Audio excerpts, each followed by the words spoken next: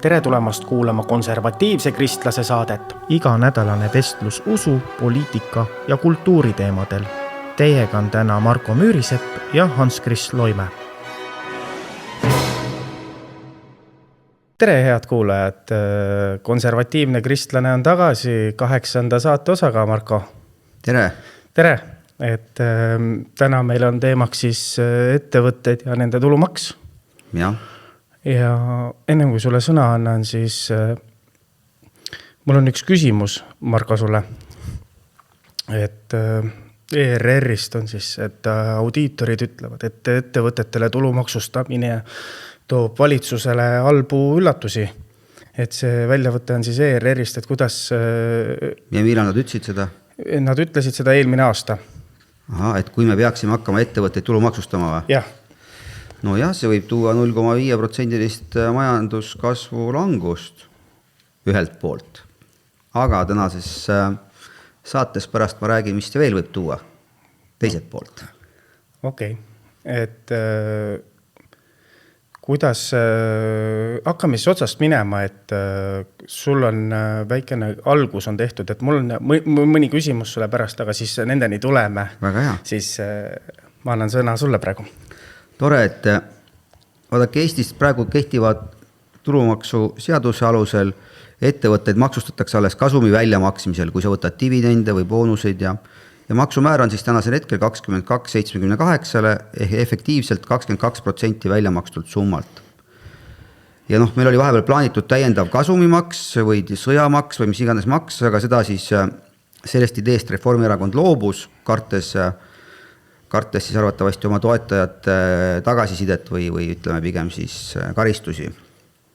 Ja meil on Eestis on nii, et kui ettevõte maksab dividende või teeb muid omakapitali vähendavaid väljamakseid, siis tuleb tal tänase kehtiva seaduse järgi tulumaksu maksta 22% nende väljamaksete pealt. Ja omanikule või füüsilise isikule jõuab kätte siis umbes 78% väljamakstud summast ja füüsilise isiku tulumaks dividendidelt on juba ettevõtte tasemel tasutust, ehk inimene enam ise midagi juurde maksma ei pea. Ja lisaks siis nendele dividendidelt maksma ei ole vaja ka maksta juurde ei sotsiaalmaksu ega tervisekindlustust. Ja kui te siis olete kuulnud, et kui sul on siis osaühing, mis sulle maksab kasumi välja dividendidena, siis ei kohaldu ei need sotsiaalmaksud ega tervisekindlustused, aga mina olen juba enne öelnud, et ma näen nagu sotsiaalmaksu ja tervisekindlustust mõlemat kindlustusena. Ja viimati maksustati Eestis ettevõtete kogu teenitud kasumit alles viimati aastal 1999. Ja siis kehtis klassikaline ettevõtte tulumaksusüsteem, kus iga aasta ettevõtte maksis siis mingi teatud protsendi oma siis selle kasumi pealt. Ja alates aastast 2000 viidi sisse selline unikaalne reform, et jaotamata ehk reinvesteeritud kasumit ei maksustata. Ehk siis Eesti ettevõtted maksavad raha alles siis, kui nad selle raha välja viivad omanikule, on siiamaani kehtinud. Nii et üle 25 aasta on Eestis kehtinud süsteem, kus tulumaksu makstakse ainult jaotatud kasumilt, mitte kogu kasumilt. Muidugi siin oli siis, kui oli need igasugused makse üritati kehtestada, siis Reformierakond mõtles, et ikkagi tuua ettevõtetele selline 2% tulumaks, aga see ei realiseerinud. Aga me oleme Euroopa Liidu osa ja ülemaailmselt on tegelikult kehtestatud selline raamistik, mida võime kutsuda Euroopa Liidu miinimumtulumaksuks või Pillar 2 ehk globaalne miinimumtulumaks, mille on vastu võtnud siis OECD ja G20. Ja selle ideeks on see, et rahvusvahelised korporatsioonid maksaksid vähemalt 15% efektiivset tulumaksu igas riigis, kus nad tegutsevad. Ja see võeti vastu selleks, et vältida maksuparadiiside kasutamist ja sellist liigset maksukonkurentsi ettevõtete vahel, riikide vahel pigem siis. Aga Eesti kontekstis on see eriline, sellepärast, et meie klassikaline süsteem võibki anda teatud juhtudel efektiivse maksumäära alla 15. Ja aga selle raamistiku raames siin alla lähevad ainult väga suured kontsernid, mille konsolideeritud käive on vähemalt 750 miljonit eurot aastas. Viimase 2 aasta keskmise järgi. Ja see hõlmaks Eesti emaettevõtteid, kui ka siis Eestis asuvate suurte korporatsioonide tütarettevõtteid, Google'ite, Amazonide ja kõikide neid. Aga see maks ei kehti veel. Ehk Eestis kehtib edasilükkamise õigus ja kuni aastani 2030 on Euroopa Liidus erand 5 väiksele liikmesriigile, Eesti, Läti, Leedu, Malta ja Slovakkia. Aga see erand lõpeb 2030 ehk siis 2027 kevadel valitav Riigikogu peab tegelema selle probleemiga. No, muidugi keegi ei taha sellest rääkida, kes see tahaks ikka mingitest maksudest rääkida. Mitte kunagi ei taha keegi maksudest rääkida, see on ebapopulaarne ju. Või siis öeldakse midagi muud nende maksude kohta, aga ja 2030 siis Eesti peab siis kehtestama erinevaid nagu reeglid, et üks on income inclusion rule, ehk siis tähendab, et emaettevõtte tasandil lisatav maks nendele summadele, mis jäävad alla 15% efektiivse tulumaksu määra. Või siis teine on undertaxed profits rule, ehk kui seda esimest sätet ei rakendata, siis teised riigid võivad koguda selle raha. Ütleme, et Eesti jätab ikkagi võtmata sellelt üle 750 miljonilise käibega ettevõttelt selle, et ta tulumaks tuleks kokku 15%, siis mõni teine riik võib selle lihtsalt võtta. No, seda kasutavata jätta oleks nagu rumal. Ja kolmas siis qualified domestic minimum top-up tax, ehk see on siis Eesti enda lisamaks, et siin igal juhul jõuaks välja selle 15% peale. No ja siis tekibki suurtele kontsernide tütardele Eestis võib siis tekkida selline lisamaksu kohustus, kui nende efektiivne maks jääb alla 15%. See tähendab, et dividendide mittemaksmine enam ei aita maksu vältida, igal juhul peavad nad midagi juurde maksma. Ja no mõnes mõttes öeldakse, et Eesti atraktiivsus investeeringute jaoks väheneb veidi suurte kontsernide jaoks, sest et kaob see 0% reinvesteeritud kasumil olev eelis. No mis siis arvatakse, et kes siis seda Eestis peaksid maksma hakkama? No see on nüüd igal juhul peavad hakkama maksma 2030, me hakkavad Bolt, Eesti Energia, arvatavasti Veriff, Clia, Pipedrive, Skeleton Technologies ja nii edasi. Ja loomulikult kõik need Google'id, Amazonid, kõik suured korporatsioonid, pangad, Swedbankad, Seebid, Luminorid, bensiinijaamad, Nested, Lidlid, Ikead, nafta, mis tuleb. Ühesõnaga, praktikas ikkagi see 15% ettevõtete tulumaks saabub meil aastal 2030. Aga mis sa arvad, kas see on ajutine või see jääbki? Ei, see ei ole mingi ajutine. See on suur globaalne kokku lepitud reeglistik maksude osas ja see jääb, et põhimõtteliselt me elame viimaseid aastaid sellisesse Eesti 0% maksustatud reinvesteeritud kasumi ajastus. Aga kui see niimoodi läheb, siis fantaseerime natukene, kuhu me jõuame sellega? No ütleme, et mis on niisugune ulmeline prognoos, siit laua tagant meil? Ulmeline prognoos, ma tegelikult natuke arvutasin, minu ettepanek või kas ettepanek või praktiline ennustus, mida nüüd muidugi keegi ütle enne valimisi seda ennustust, aga minu ennustus on see, et aastast 2030 tuleb Eestis 15% ettevõtete tulumaks. Igal juhul teenitud kasumit. Ei ole enam nii, et kui sa kasumit välja ei maksa, sa ei maksa seda. Sest esiteks see aitaks hoida seda süsteemi ühesuguseda, nii globaalsetele ettevõtetele kui ka siis kohalikele ettevõtetele. Ja peale selle, kui praegu siis riik teenib ettevõtete tulumaksult, ehk siis sealt nagu välja makstava summa pealt umbes 0,5 kuni 0,8 miljardit eurot aastas, siis juhul, kui meil juba kehtiks praegu see, et kõik ettevõtted peaksid 15% maksma seda sammust tulumaksu oma teenitud kasumilt, siis me juba praegu me saaksime vähemalt miljardi. Ehk siis meil oleks see maksutulu laekumise osakaal suureneks umbes 2 korda siis. Sealt võib jälle öelda seda, et valitsusel on raha palju ja on ülejääk. No vot, ma ei tea, aga teine nii, et kui nüüd muuta nii, et hakata koguma kõikidelt ettevõtetelt tulumaksu, see toob kaasa siis selliseid käitumismuudatusi. Hakatakse makse mingil määral optimeerima, siis võib juhtuda sellist asja, et osa investeeringud võib-olla jääb ära, aga ja on hinnangud, näiteks Eesti Panga ja Rahandusministeeriumi hinnangul võib see mõjuda negatiivselt majandusel 0,5 kuni 1% SKP kasvu osas. Aga ütleme siis nii, et kui päriselt nüüd kehtikski 15% tulumaks kõikidele Eestis tegutsevatele ettevõtetele aastas teenitud kasumi pealt, siis koguks riik hinnanguliselt lisaks vähemalt üle 1 miljardi ja kui me aastaks võtame arvesse prognoosid aastasse 2028, siis saaks pessimistlikult umbes 1,1 miljardit selle praeguse 0,5 miljardi asemel. või kuni 1,9 miljardit tasu.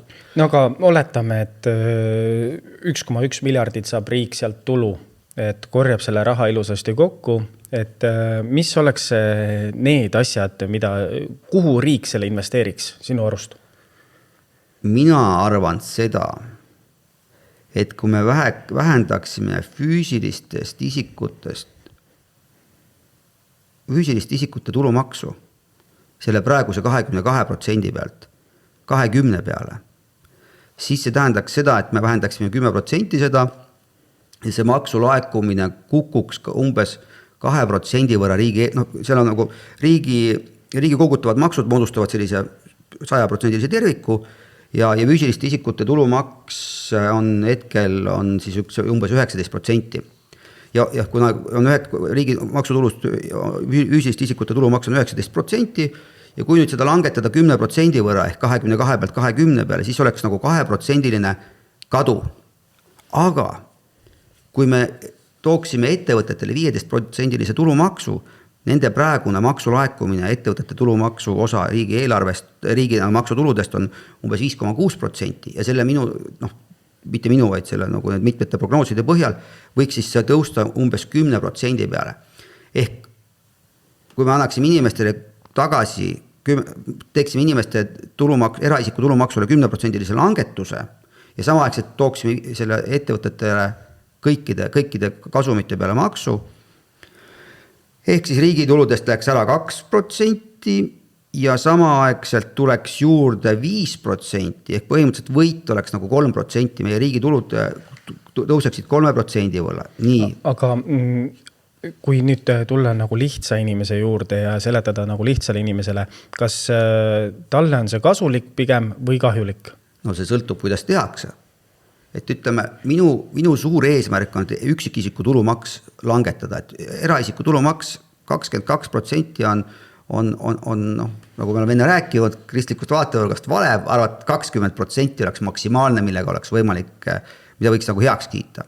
Selleks, et teha 10% eraisiku tulumaksu langetus, see toob kaasa meil 2% kogu maksutulu kaotuse ja nüüd seda kompenseerida ettevõtetele 15% tulumaksu kehtestamisega, siis see toob meile jälle toob meile 5% juurde maksutulu, ehk tegelikult me saaksime 3% rohkem maksutulu 3% võrra nagu suureneks. Aga kas siin võib olla selline risk ka, et kodumaised väiksed ettevõtted, kus ei ole nii palju töötajaid näiteks, et kui nende see kasum ongi, ütleme, see, mida nad teenivad, ütleme, käibe pealt, siis võtame sellised maakohad, väiksed ettevõtted, pereettevõtted, et kui hakkab tuleb selline suur laviin, mis paneb nad tohutu surve alla, et kas siis on seda kõike väärt? No seal on nagu kaks vaadet, et kui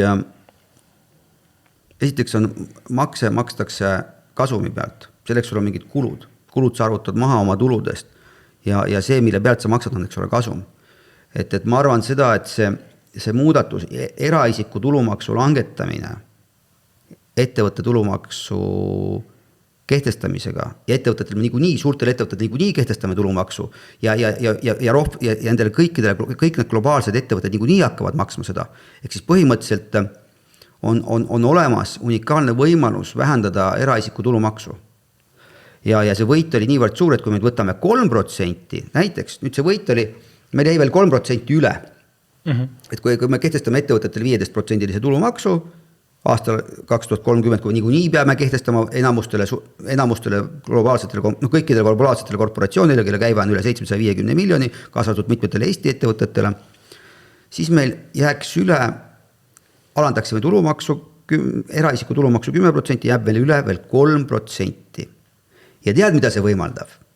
No, räägi. Kui me tahaksime nulli jõuda, siis me saaksime veel ka käibemaksu alandada praeguse 24 pealt juba või? 24 pealt.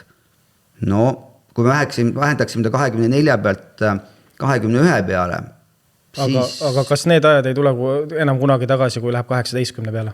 Vot seda ma ei usu. Aga minu kui siin praeguste arvutuste, kui siin kõvasti pingutada, ma väidan seda, et kehtestades kuna me niikuinii peame kehtestama suurtele ettevõtetele 15% tulumaksu aasta jooksul teenitud kasumist, kehtestades kõikidele ettevõtetele ühesugune 15% tulumaks, oleks meil võimalik langetada eraisikute tulumaksu 10% ehk 20% peale ja meil oleks võimalik ka langetada seda käibemaksu. Nüüd käibemaksu tõesti, kui me oleme 24 peal, ütleme -2,4, siis ta teeks 21,5. No ütleme 21,5, aga ei, meil oli 3, 24, 3, 21 peale. Me saame teda tõesti, kui kõik asjad hästi läheksid, oleks võimalik teha 20% käibemaks, 20% eraisiku tulumaks ja ettevõtete kasumimaks 15% ja mida see tooks? See tooks kõikidele inimestele. Käibemaks mõjutab kõiki. Tulumaks tegelikult mõjutab ka enamusi inimesi, kes tööl käivad. Kõiki, kes käivadki tööl, eks ole, mõjutab tulumaks.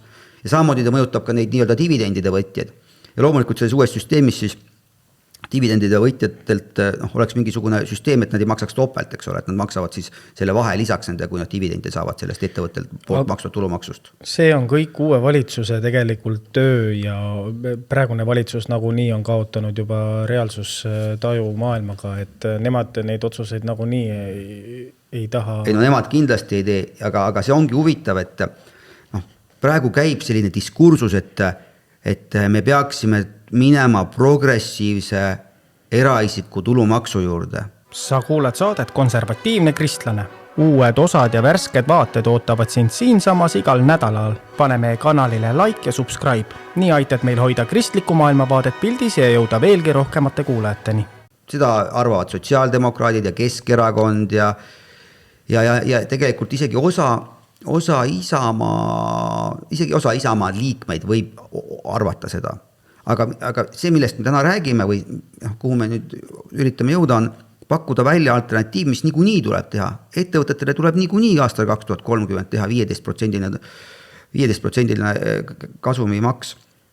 Ja sellega oleks, millest ma praegu rääkisin, sellega oleks võimalik teha väga suurele hulgale inimestest, et nad jääks rohkem raha kätte, väga lihtne. Aga kas see oleks asi, mida tuleks uuel valitsusel kohe tegelikult üks esimestest asjadena ette võtta, et see ei tuleks 30. aastal nagu üllatusena?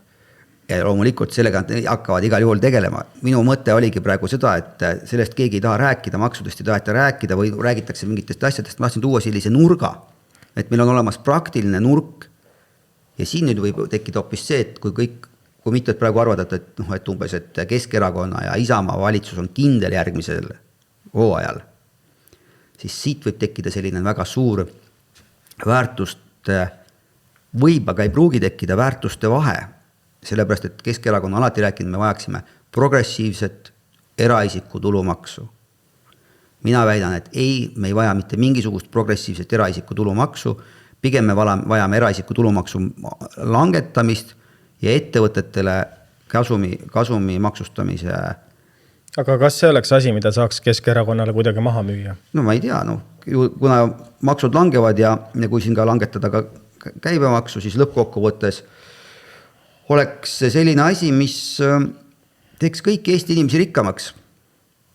Mitte ainult ettevõtete omanik ei teeks rikkamaks, teeks kõiki. Kõik inimesed on mõjutatud käibemaksust, kõik inimesed on mõjutatud, enamus ütleme praktiliselt kõik inimesed on mõjutatud sellest tulumaksust ja isegi need omanikud on mõjutatud tulumaksust, et nemad samamoodi peavad ju maksma tulu pealt maksu. Et lõpuks käivad kõik inimesed poes ja tasuvad arveid, et raha käib ju ringi kogu aeg. Et selline oli siis selline väike nagu sissevaade tulumaksustamisse, aga miks ma siis üldse julgesin niimoodi rääkida, et miks ma arvasin, et nii võiks rääkida.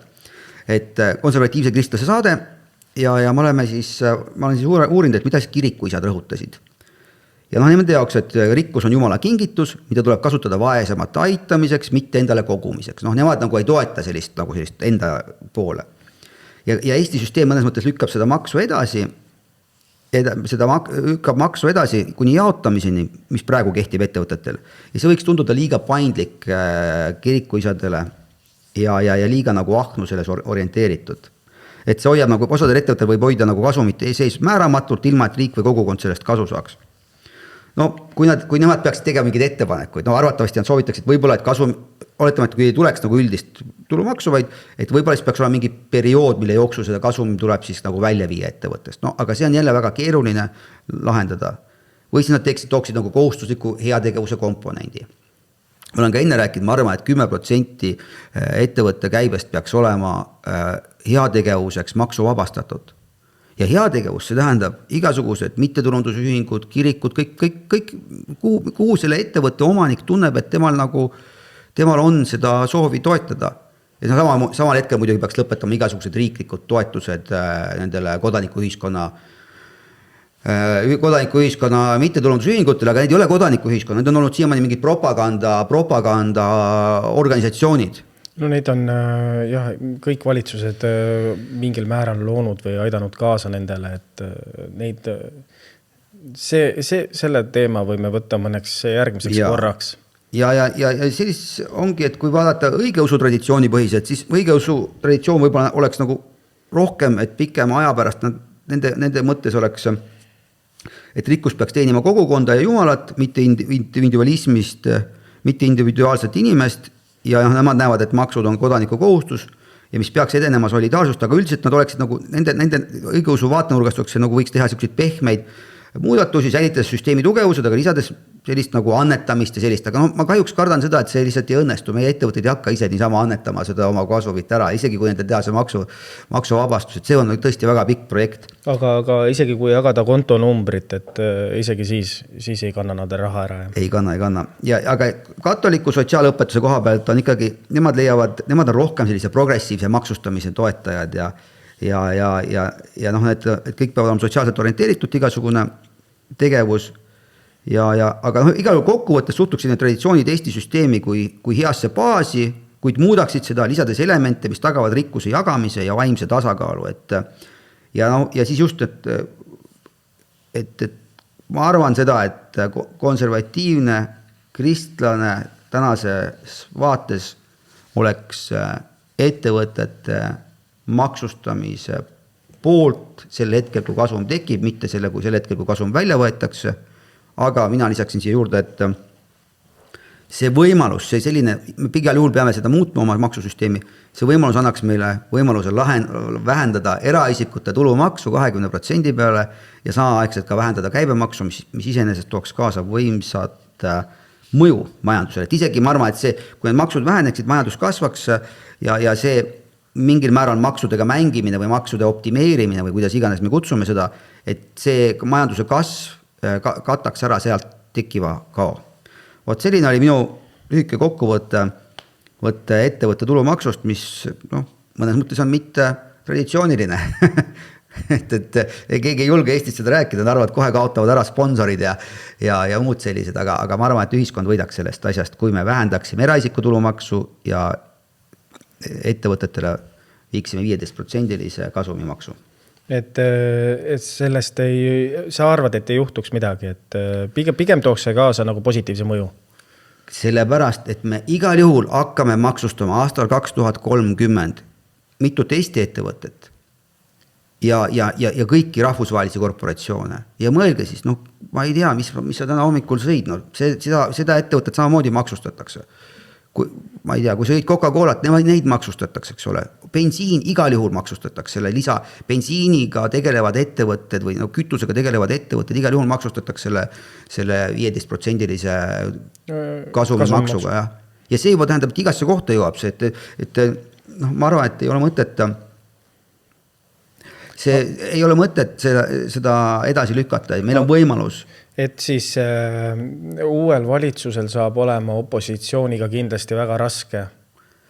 Ei, juba valimistel, ma arvan, et ikkagi see asi tuleb välja, keegi toob see, meiegi praegu tõime välja ja valimistel hakkab olema siis nii, et ühed ütlevad, oi näete, nad tahavad ettevõtetel tulumaksu panna, mõelge, kui palju meil on neid väike ettevõtjad, kõik kaotavad sellest. Aga seal on mündi teine pool, et vähendada eraisiku tulumaksu, mis olekski aus.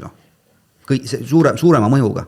No lõpuks ju meie riik ei ole selle peale tulnud, et seda teha, et see on meile ette antud kõrgemalt poolt, et seda tuleb teha lihtsalt. No me oleme selles osa, me oleme globaalsest süsteemist osa ja selline 15%, vähemalt 15% globaalne maksustamine on ette otsustatud või on otsustatud ja me oleme sellega heaks kiitnud. Lihtsalt me oleme seda edasi lükanud ja nüüd on siis aeg käes. Sul oli seal kirjas ka, et millised riigid juba on selle kasumimaksu siis nii-öelda endale siis... Ei no kõik riigid, välja arvatud Eesti, Läti, Leedu, Malta ja Slovakkia. Kõik ülejäänud riigid, nendel on. Ega see enamustes riikides ongi selline tulumaksustamine, kus on aasta jooksul tekib kasum ja siis sellest kasumist sa maksad selle maksu ära. Ainult Eestis on see, et sa ei pea kasumist maksu ära maksma. Et tegelikult osa vahepeal on olnud ka mõtteid, et võib-olla Eesti peaks olema hoopis nendes maksuparadiiside nimekirjas. Ja juhul, kui aasta 2030 saabub, me igal juhul peame vastu võtma selle 15%-lise suurte korporatsioonide maksustamisest, vastasel juhul me satumegi jälle, tekib risk, et me oleme mingi maksuparadiisi nimekirjas ja no aeg on edasi läinud. Ja ma arvan, et... Aga on seal, ma ei tea, ma ise ei leidnud nagu seda kohta, aga on seal selline selles direktiivis ka, et kui seda vastu ei võeta, siis mis seal need tagajärjed võiksid olla? No ma seda ei ole vaadanud, küll aga ma mäletan seda, et kui sellest kunagi räägiti, oli isegi risk, et Eesti lisatakse selliste maksuparadiiside nimekirja põhimõtteliselt. Ja no, mis see tähendab? See tähendab, et keegi enam siia ei tule. No, keegi ei saagi teha. sellest tuleb ainult üks suur jama. Aga ma arvan, et me oleme vist selle maksuasja nüüd hästi läbi käinud. Et lihtsalt tuletan meelde veel, et on olemas veel ettevõtetel kõige suurem kulu ettevõtete jaoks on tegelikult töötajatega, palkadega seotud asjad, eks ole, siis töötajatele makstav töötasu, sellele lisatav sotsiaalmaks, sellele lisatavad tööstuskindlustusmaksed ja muu selline. Aga see oli hoopis selle eelmise saate teema, et need on sellised kulukomponendid. Sul on töötaja, tegelikult olekski hea vaadata. Ma arvan, et üks hea asi oleks meelde tuletada seda, et igaks juhuks, et kõik oleksid, ja vaatame kalkulaator. Nii, vaatame, kuidas see asi siis on. Aastal 2026 on nüüd praegu. Kui teie lähete koju ja te lähete koju, no mis see Eesti keskmine palk on, 2000 eurot või 1200? No ütleme, et te lähete koju, oli 1200, oli kuskil oli vahepeal see elatusmiinimum, elamismiinimum. Kui te lähete koju 1200 euroga ja oletame, et seda maksuvaba tulu teil ei ole, et kehtib see, praegu nüüd küll tehti see maksuvaba tulu, aga oletame, et maksuvaba tulu üldse ei oleks, et kõik maksaksid kohe tulumaksu. Ja tahate koju minna 1200 euroga. Siis ettevõtte maksab 2135 eurot ära. Sina lähed koju 1200-ga, ettevõtte maksab 2135 ära. Olgu, kui see maksuvaba tulu on 700 eurot nagu praegu kehtib, siis ettevõtte, et sina lähed koju 1200-ga, ettevõtte maksab ära 1861 eurot. Aga no igal juhul see summa, millega teie koju lähete, sellele lisatakse mitmeid 10%, et selles suhtes 55% praegusel juhtumil, kui on tulumaksuvabastus kõikidele, kui maksuvaba tulu ei oleks, siis oleks sinna siis juba 77% lisaks, et seda me peame arvesse võtma. Kuule, aga ma arvan, et maksudest nüüd aitab küll. Jah, et ennemgi kui me siit edasi lähme või võtame saate kokku, et mis sa arvad, kas see saab sellel aastal kuumaks teemaks? No see sõltub, kui selle keegi nüüd välja tuleb, et mina arvan, et seda peaks tooma, kui hakatakse rääkima, kui keegi hakkab rääkima, et me siin peame tegema mingit progressiivset tulumaksu, ma arvan, et oleks just hetk välja tuua see ettevõtete tulumaksu kehtestamise kohustus aastal 2030, mis on igal juhul meil olemas ja siis me nii lähemegi edasi. Aga selge. Meil on tänane saade on purgis. Kas sa tahad natukene rääkida järgmise nädala saate teemat ka? Jaa, järgmine nädal on meil üks tore saade, millest me räägime transõigustest. Kas nendest üldse peaks rääkima? No see on väga raske teema, et kas meil oli saatekülaline ka, kes seal, sinna meil vist ei tulnud saatekülalist või jätame praegu lahti, et... Hetkel on meil võib olla, tuleb sinna üllatuskülaline, aga võib-olla mitte, selle me jätame lahti ja kui tuleb, siis see saab olema suur üllatus teile. Täpselt. Ja meiega kohtute järgmine nädal. ja tahad veel midagi öelda lõppu? Midagi. Kindlasti tellige meid YouTube kanalil, tellige X-is, selles Spotify's ja kui te olete sellised väga alternatiivsed, siis on meil olemas ka noorkonservatiiv Telegramis ja siis on meil Viberis on olemas ja et ühesõnaga ma olen siin loonud vahepeal erinevaid selliseid kohakesti, kus siis on võimalik siis meie saateid jälgida. Ja muidugi vähe nooremad või kõik inimesed muidugi, TikTok on meil väga hästi käima läinud, et sinna tulge ja pange like ja ärge kartke. Ärge kartke, jah. Ausalt likeige, jagage ja tõstame selle konservatiivse maailmavaate au sisse ja head nädalat. Teiega olid saates Marko Müürisepp ja mina Hans-Krist Loime. Head aega. Head aega. Sa kuulad saadet Konservatiivne kristlane. Uued osad ja värsked vaated ootavad sind siinsamas igal nädalal. Pane meie kanalile like ja subscribe. Nii aitad meil hoida kristlikku maailmavaadet pildis ja jõuda veelgi rohkemate kuulajateni.